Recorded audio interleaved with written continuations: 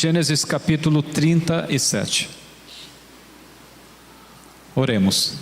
Querido Deus, é com humildade que nós entramos na Tua presença, para pedir por Tua misericórdia, pedir por Tua bondade, pedir que o Senhor fale com a gente através da Tua palavra, e que o Teu Santo Espírito julgue as nossas intenções, que a Tua palavra examine o nosso coração, e venha nos compelir a uma mudança de vida, uma renovação de consciência. Fala com a gente, Senhor, nos ensine mais uma vez. Nós precisamos, Senhor, precisamos para sair daqui diferentes. Nos ajuda, por favor, alcance o nosso coração, alcance a nossa vida. Mais uma vez é o que suplicamos em nome e no mérito do Senhor Jesus. Amém. Antes, deixa eu fazer algumas perguntas para vocês. Você crê que Deus guia a sua vida? Tem certeza? Ou às vezes você tem dúvidas?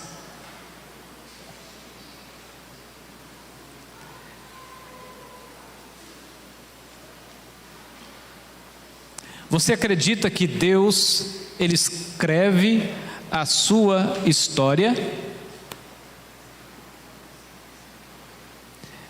Quem crê, levanta a mão. Deixa eu só ver uma coisa. Algumas mãos não se levantaram. Talvez não seja por falta de crer, talvez seja por alguma dúvida. Eu vou explicar por quê. Às vezes a dúvida surge. Mas antes, deixa eu fazer uma segunda pergunta. Você já duvidou alguma vez de que Deus realmente guia a sua vida? Quem já duvidou? Eu já duvidei várias vezes que Deus está à frente de tudo. Cadê? Eu não vi as mãos levantadas. Levanta a mão. É isso, gente, isso. É bom que faz exercício, né? Isso. E aí na galeria, você acredita? Você acredita? Não, você já duvidou alguma vez? Os adolescentes aí. Tô de olho, hein? Tô de olho, ó. Tô de olho. Isso. Nem sabe por que levantou a mão. Estou de olho, ó. Então preste atenção, porque se você alguma vez duvidou, ou se você alguma vez, aliás, se você nunca acreditou, hoje você vai ter a oportunidade de mudar a sua maneira de pensar.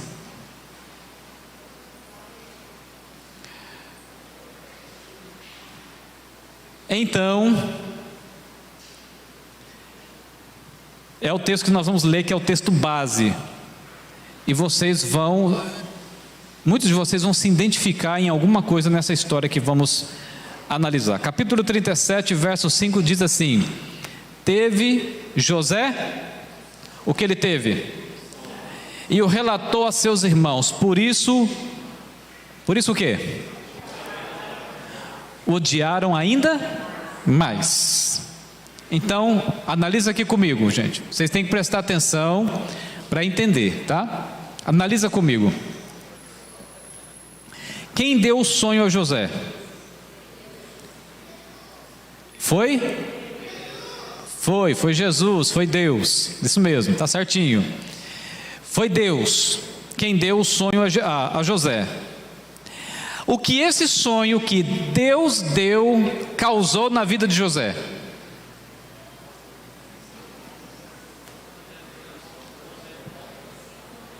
Ciúmes, inveja, intriga, perseguição, tentativa de homicídio, hostilidade, sofrimento, angústia, lágrimas, caos. Agora, sabe o que é curioso? José passou por tudo isso, mas quem deu o sonho? Bom, aqui a gente já pode aprender uma coisa. Até os sonhos que Deus tem para você pode gerar um caos sobre a sua vida. Até os sonhos que Deus pode ter por você, até as histórias que Deus pretende escrever para você, podem causar algum infortúnio. É a primeira lição que a gente pode extrair aqui. Mas veja, no versículo 8 diz: então lhe disseram seus irmãos: reinarás com efeito sobre nós? E sobre nós dominarás realmente? E com isso tanto mais o odiavam, por causa dos seus sonhos e de suas palavras. Então, amigos, a vida de José se tornou um inferno por causa deste sonho que Deus deu. Bom, mas vamos lá, para você entender melhor, escuta bem, para você entender melhor, olha o que diz o verso 21, capítulo 37, o verso 21 diz assim: mas Rúben, ouvindo isso, livrou-o do quê? Das mãos deles e disse: não lhes tiremos a vida. Primeira pergunta, olha aqui para mim. Quem impressionou o coração de Rúben para sugerir, convencer os irmãos de não matarem José? Quem? Quem foi? Deus. Observou? Atentou para isto? Pegou a ideia? Quem? Observe, a mão de Deus atuando por trás da vida de José. O verso 25 diz assim: ora, sentando-se para comer pão, olharam e viram que uma caravana de ismaelitas vinha de Gileade, e seus camelos traziam aromatas, bálsamo e mirra, que levavam para o Egito. Pergunta, do verso 25: quem trouxe uma caravana naquele ano, naquele mês, naquela semana, naquele dia, naquela hora, naquele segundo, no segundo que estavam tramando a morte de José? Quem trouxe essa caravana naquele momento especificamente? Quem fez aquela caravana surgir? De repente, eles ali tramando para matar José, e de repente aparece a caravana. Quem providenciou a caravana? Continua. O verso 26 diz assim: então disse Judá a seus irmãos: de que nos aproveita matar o nosso irmão e esconder-lhe o sangue? Vinde, vendamo-lo aos ismaelitas. Pergunta: quem impressionou o coração de Judá? Quando ele viu a caravana, a ideia veio, e a impressão também. E então Judá sugeriu: vamos vendê-lo ao invés de matá-lo. Quem impressionou o coração de Judá para convencer os irmãos de vendê-lo ao invés de assassiná-lo?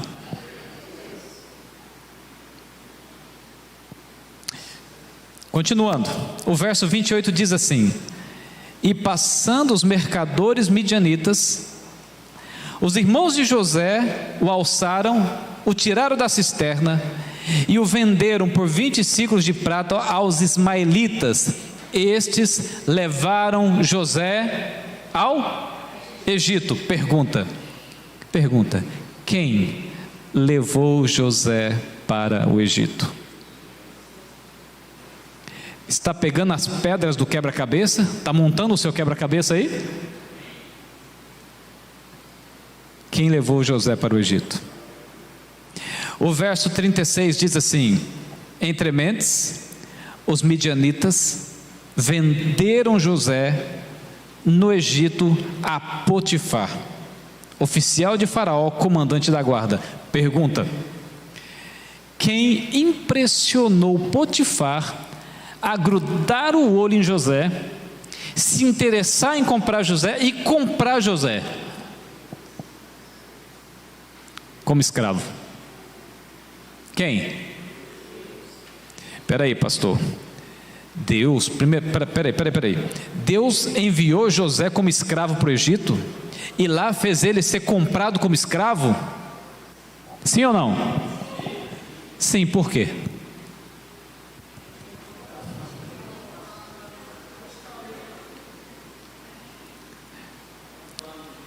O que é menos ruim? Ser assassinado,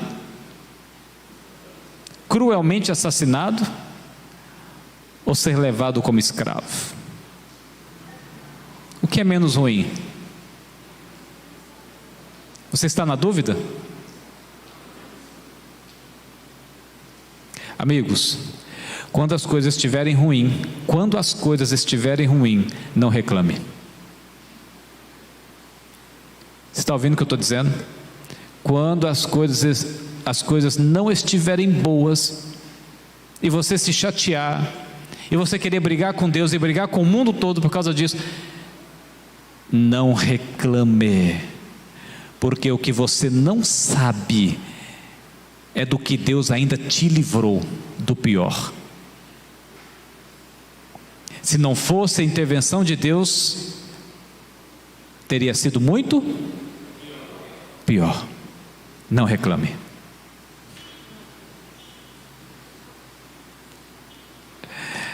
Mas não para por aí. O capítulo 38 é uma pausa à história de José, e essa pausa ela retorna no capítulo 39. Ok? Então essa série ela termina no 37 e a série continua no capítulo 39. O capítulo 39 tem algumas coisas fabulosas que vai nos ajudar vai nos aperfeiçoar ainda um pouco mais o que estamos analisando nesta manhã, com outros olhos. O capítulo 39 diz assim: José foi levado ao Egito, e Potifar, oficial de Faraó, comandante da guarda egípcio, comprou-o dos ismaelitas que o tinha levado para lá. Aí o verso 2 vai dizer assim, o Senhor era com José. O Senhor era com José. Bom, antes da gente entender o significado dessa expressão, o Senhor era com José, leia, por exemplo, o versículo 20. Aliás, antes de ler o versículo 20, deixa eu explicar, porque pode ser que alguém não conecte. O que vai acontecer aqui nessa história, no capítulo 39? José vai ser levado para a casa de Potifar, não é? Como escravo. E lá ele vai ser colocado como governante da casa de Potifar, não é isso? Isso. E nessa aparece um personagem ilustre, que é a mulher do chefe. A mulher do chefe vai bater o olho em José. E olha, na Bíblia, somente 3 homens vão receber o título de beleza assim excessiva. Na Bíblia, fora da Bíblia temos 1. Mas na Bíblia temos 3. José, isso é intriga da oposição. José, Absalão e Saul, os 3 vão receber esse título de beleza assim, um pouco avantajada, né? Igual, vocês sabem, né?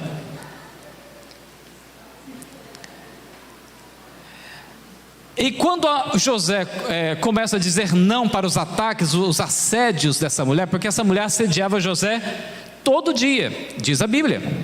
Todos os dias José era assediado pela mulher do chefe, e ele sempre dizia não. Não hoje, não amanhã, não depois da manhã, não na próxima semana, no próximo mês, não. Então ela pensou assim: não é possível. Esse guri ainda vai ser meu, como diz o gaúcho. Vai ser meu. Então ela fez criou uma estratégia. Ela esperou o marido sair de viagem. Ele saiu para uma expedição, para uma missão, ficaria dias ou semanas fora de casa. Então ela resolve, quando o marido sai de viagem, ela resolve dar férias coletiva a quase todo mundo da casa. As cozinheiras, férias. Os que cuidam dos quartos, férias. Os que cuidam dos animais, férias. Deixou só os soldados lá na porta, do lado de fora, né? Então não tinha mais ninguém na casa, só tinha ela e José. E ela tranca tudo, esperta, né? Tranca tudo. E nessa, de repente, ela se apresenta diante de José de uma forma provocante, provavelmente muito provocante. E quando ela diz para José: coloca a mão em mim, José disse para ela: oh, minha filha, tudo nessa casa está nas minhas mãos, tudo.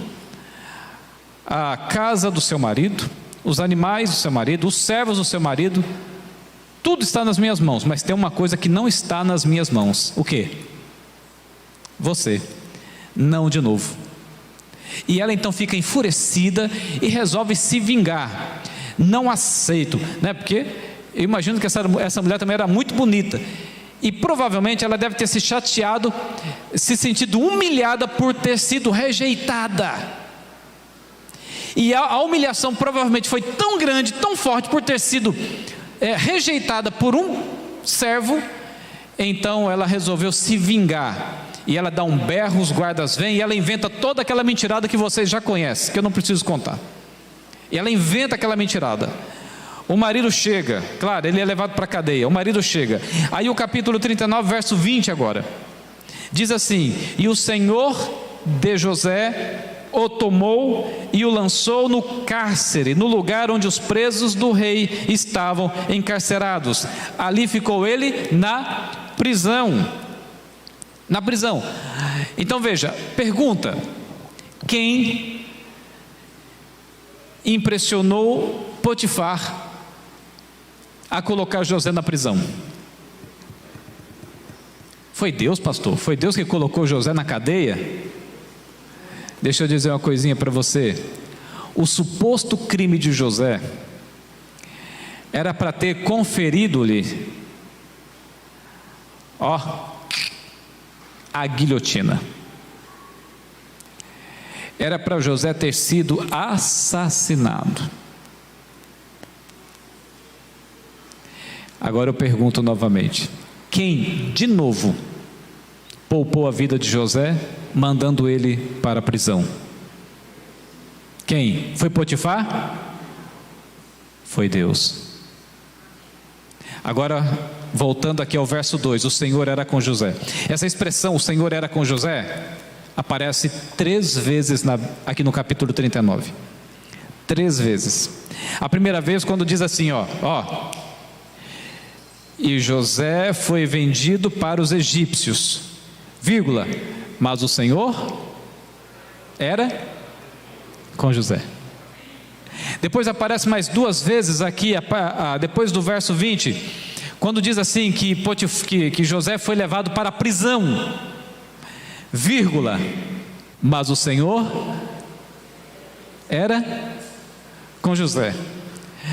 Amigos, embora tenha acontecido toda essa desventura com a vida de José, a Bíblia faz questão de dizer: apesar deles ter colocado no fundo do poço, apesar de a vida hostilizá-lo, vírgula, mas o Senhor era com José. E aqui é que faz toda a diferença, porque não importa para onde você está indo ou o que está acontecendo com você, o que importa saber é quem está com você. Porque com Cristo, com Deus guiando os seus passos, amparando a sua vida, até um cárcere se transforma num palácio. Mas sem Deus, até um palácio se transforma num cárcere. O que importa saber é quem está contigo. Entenderam isso? Amigos, no capítulo 40 acontece o derradeiro, o final, indo para o final da história. No capítulo 40, verso 5 diz assim: e ambos sonharam. Quem sonhou? O copeiro e o padeiro. O copeiro e o padeiro. Eles tiveram um sonho. Que sonho era esse? Quem se lembra? Qual é o sonho que o padeiro recebeu e que José interpretou e deu o veredito? Que ele iria o quê? Ele iria morrer. Ele contou o sonho para José, José então deu a interpretação. Aliás, José contou o sonho, contou a interpretação e disse para ele: meu filho, já era. Você vai sair daqui, ó. E o copeiro? Não, você vai retornar ao favor do rei. Pergunta: quem é que deu o sonho àqueles homens? Deus, revelando o futuro. Pergunta: quem é que deu a capacidade de José para revelar esses sonhos?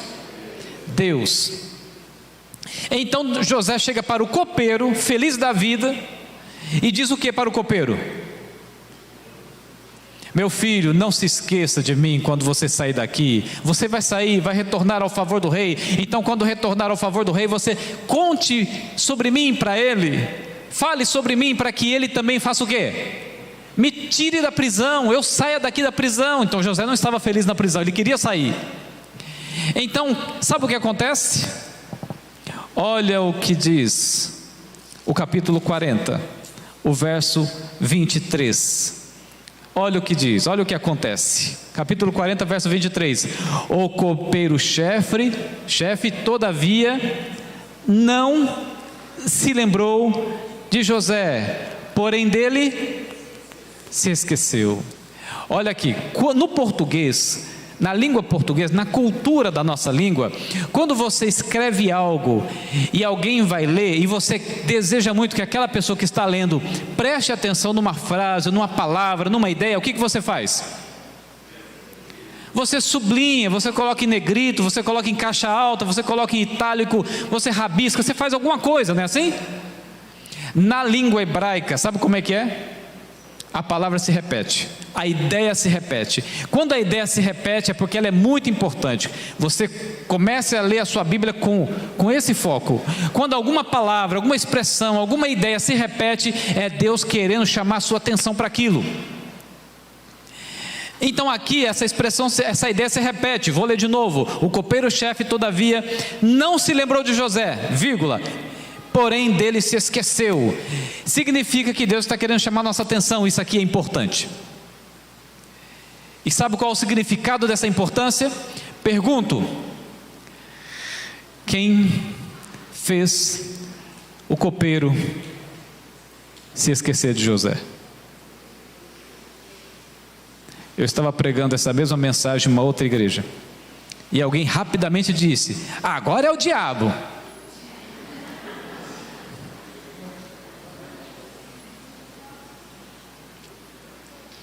E eu respondi: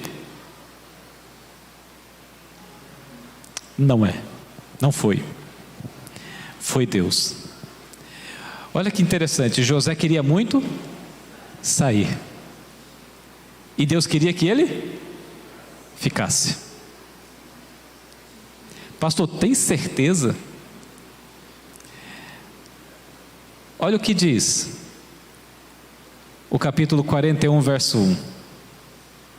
Passados quanto tempo?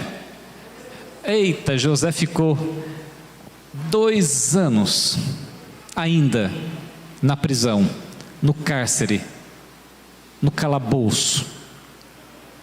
2 anos ainda lá dentro. Completos, ainda diz completos. Passados 2 anos completos, o que aconteceu? Quem é que teve um sonho? Faraó. E o que o faraó fez? Faraó queria que alguém resolvesse o sonho dele, não foi? Eles então procuraram magos, procuraram feiticeiros, procuraram os melhores universitários das melhores universidades do Egito. Não encontrou ninguém que pudesse resolver o problema do sonho. Primeira pergunta: quem deu o sonho ao faraó? Deus. Quem fez Faraó se incomodar, se importunar com este sonho? Deus. Então, aí o copeiro então se lembrou de José. A gente se esquece até do que comeu ontem, não é? Eu não lembro mais o que eu comi ontem. Alguém se lembra o que comeu ontem? Não, antes de ontem. Semana passada. Você disse que você se lembra. Você lembra semana passada? A tua mulher não faz comida diferente na sua casa, não é?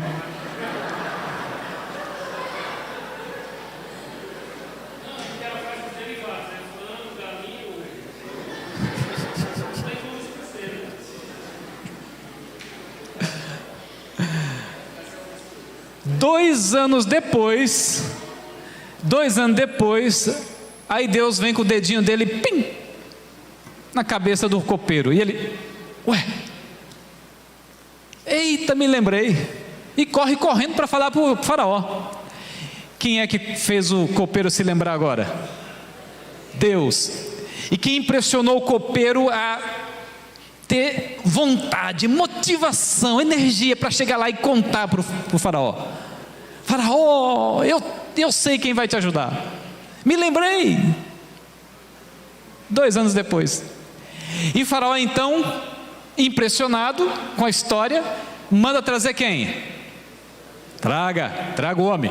Veja bem, faraó chegou lá na internet, no celular, abriu lá o Google pesquisador e pesquisou lá no portal da transparência dos maiores crimes do Egito e puxa a ficha de José. Aí na ficha de José aparece criminoso de alta periculosidade, estuprador de mulheres indefesas, abusador de mulheres inocentes, coitadinhas, né? Puras, imaculadas. E mesmo assim, o faraó manda trazer o homem, mesmo tendo uma ficha suja, mesmo tendo um histórico macabro, ele manda trazer José. Quem impressionou o coração de faraó a trazer José? O capítulo 41, verso 37 diz assim, o conselho foi agradável a faraó e a todos os seus oficiais, e disse faraó aos seus oficiais: acharíamos porventura homem como este, em que há o Espírito de Deus? Ele estava tentando justificar um bom advogado, o rei, o imperador do império, sendo advogado de um prisioneiro. É impressionante isso ou não? Se não é para você, é porque não é contigo. E ele então defende José publicamente e diz: traga ele aqui, porque ele vai ser o quê? O governador do Egito. Quem mais poderia resolver esse problema? Quem mais poderia dar uma solução tão inteligente quanto a que esse homem deu? Então ele vai ser o governador, abaixo de mim ele vai ser a maior autoridade em todo o império. Eu pergunto, quem colocou José no governo? Deus. Agora você entende por que o copeiro se esqueceu de José? Por que Deus fez o copeiro se esquecer de José? Por quê? Porque, veja bem, José poderia sair naquele momento, poderia ou não poderia? Mas para ser um cidadão comum. Mas Deus não queria que José se tornasse um cidadão comum. Deus queria que José governasse a nação. E por isso era necessário esperar o tempo certo de Deus. E José confiava demais em Deus para isso. 3 vezes aparece a expressão: o Senhor era com José.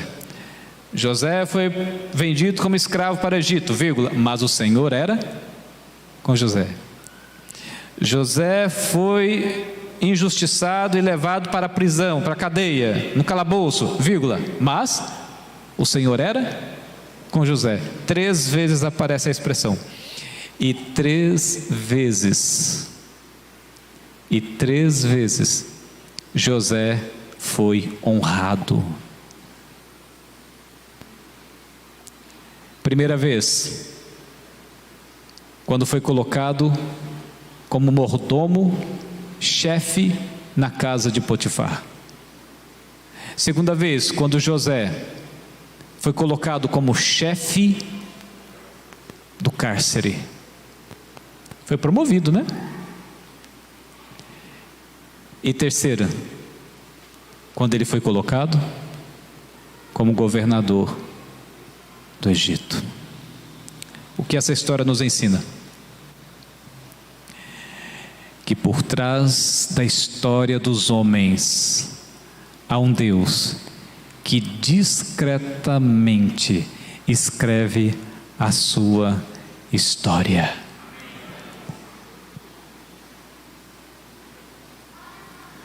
Quando a desgraça acontece, ou quando não dá certo o que a gente tanto quis, a gente tem a tendência de achar que Deus não deu muita atenção para aquilo, não estava muito interessado, ou que o céu se fechou, ou que Deus não guia a nossa vida.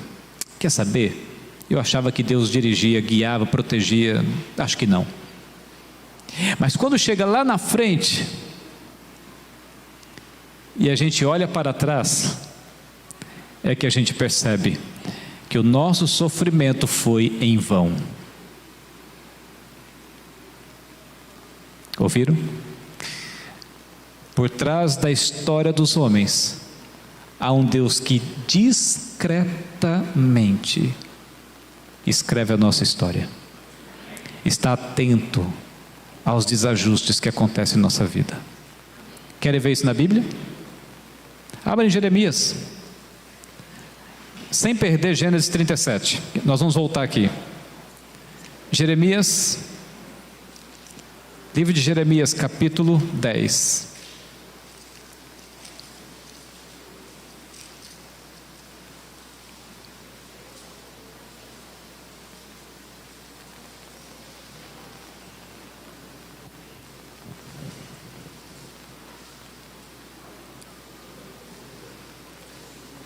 Jeremias capítulo 10 e o verso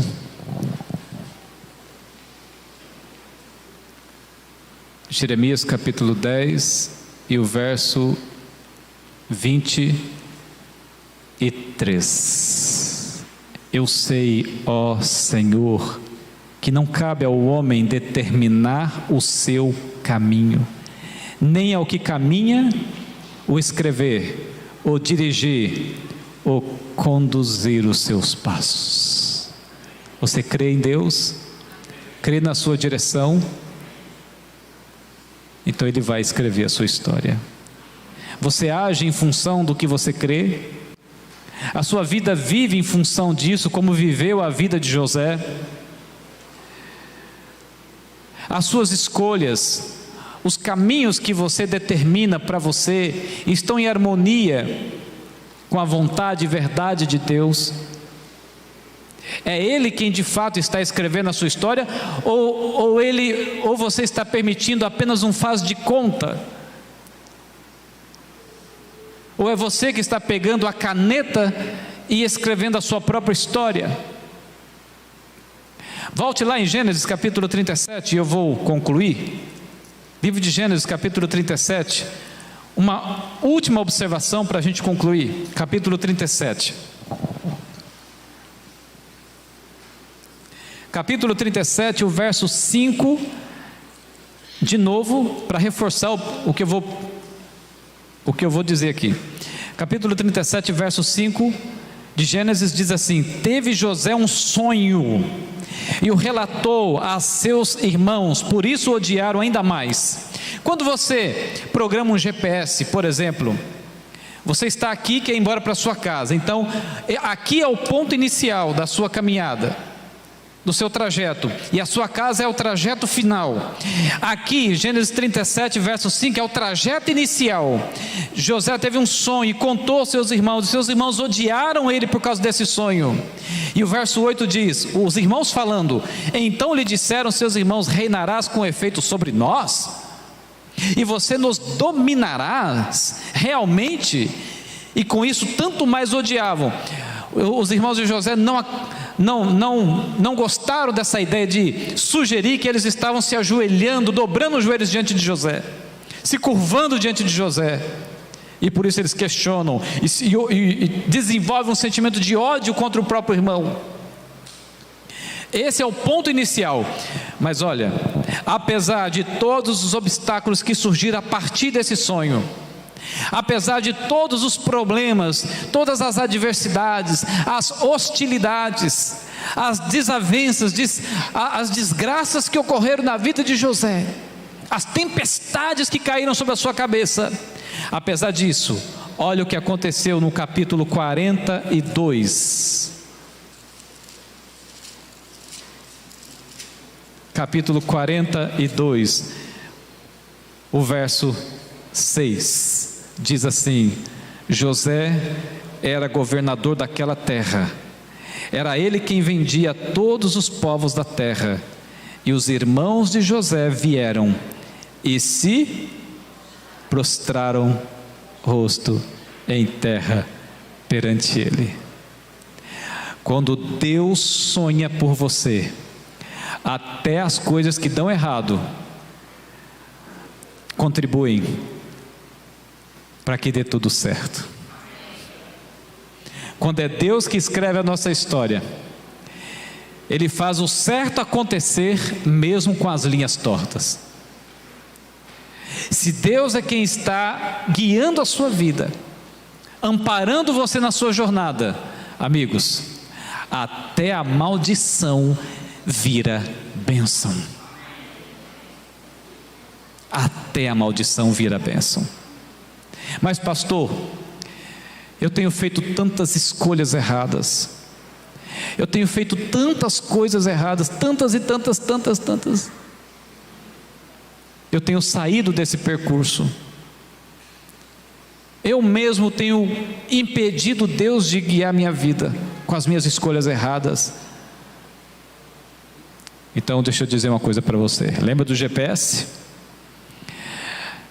Você colocou aí o trajeto para chegar na sua casa, e o GPS vai guiando o seu carro, vai guiando você. De repente ele diz assim: vire à direita na rua tal.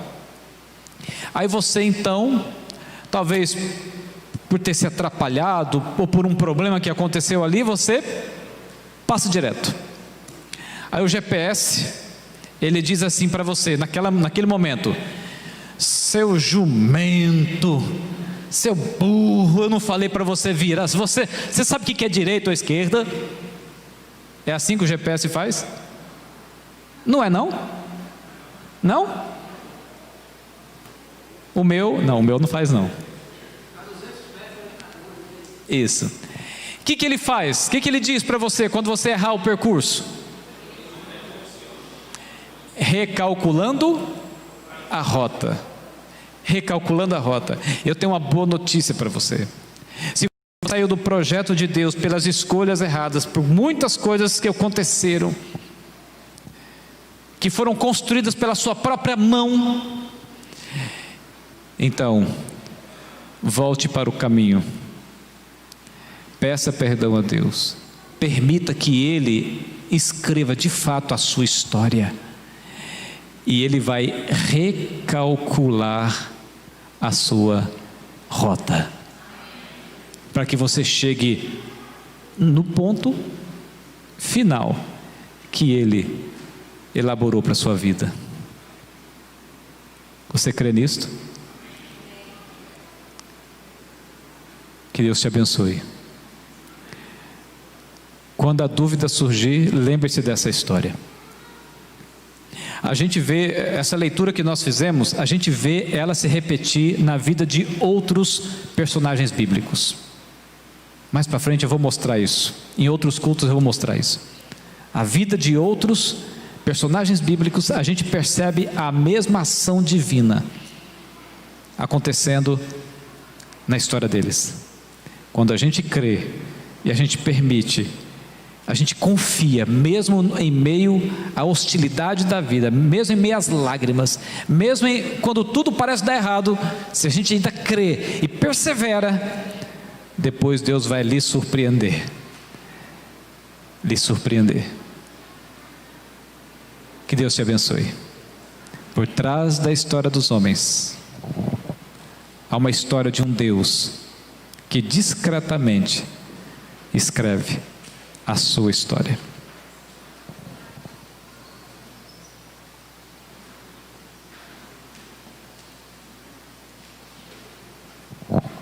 Nós vamos cantar todos o hino de número 499.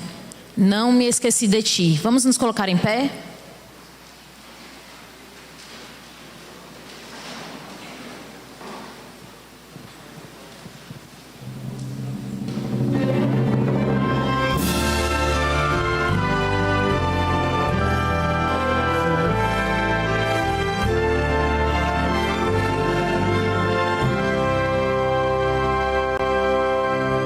Se as ondas desta vida destruírem tua fé e fizerem que duvides de que em breve voltarei,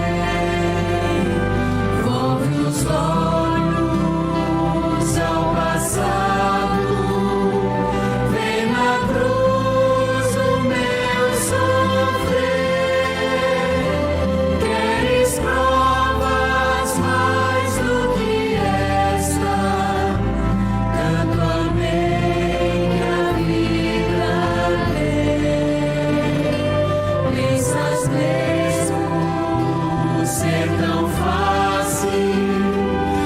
Esquecer o que falei,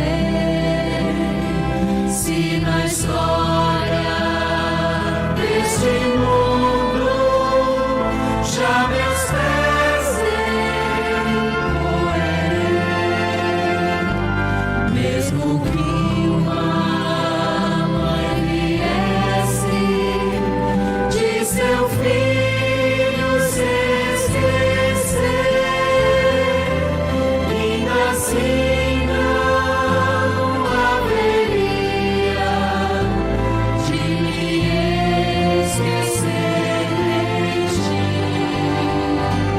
mas ainda que demore, ou mesmo que pareça, um dia prometi voltar e pronto estou a cumprir, mas ainda que demore,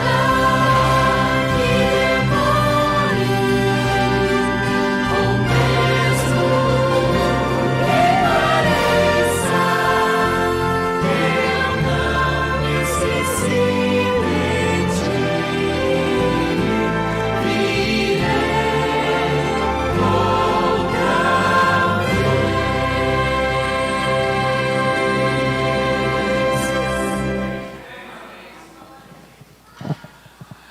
Querido Deus, bom Pai, obrigado por nunca ter desistido da gente. Obrigado por nunca ter virado as costas e ido embora.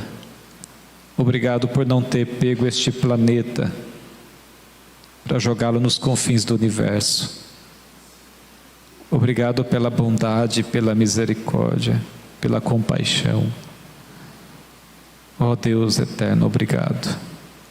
Obrigado, Senhor, por teimar, persistir, lutar com esse coração duro que nós temos. Ó Senhor, por favor, nos ajuda a sermos diferentes, melhores do que temos sido até aqui. Tira, Senhor, o mal do nosso coração, nos ajuda, nos dê força. Com a nossa luta, com a nossa perseverança, una o Teu poder à nossa luta, à nossa perseverança. Pedimos o perdão por causa dos fracassos da vida e suplicamos, Deus eterno, escreva, continue escrevendo a nossa história. E se for necessário, recalcule a nossa rota, para que a gente chegue no destino que o Senhor elaborou para nós. Obrigado por tudo e nos perdoe mais uma vez. É o que, agradecidos, pedimos no mérito do Senhor Jesus Cristo. Amém, amém, amém. Se nada nessa vida der certo, mas você for para o céu, então na verdade, tudo deu certo. Tudo deu certo. Vamos sair cantando o hino de número 602. Graça, amor e comunhão.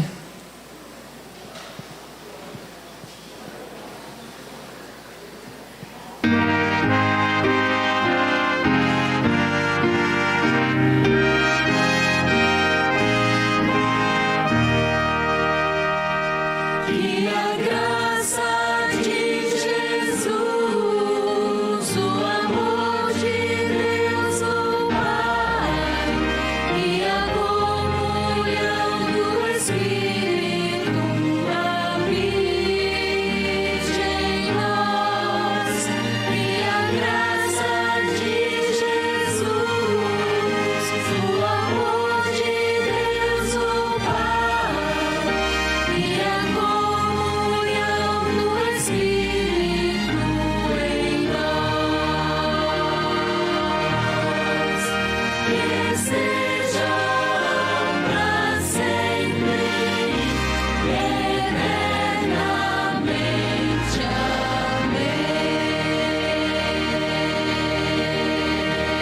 Amém. Uma ótima tarde a todos. Não esqueçam do culto amanhã às 19 horas, culto de adoração ao nosso Deus.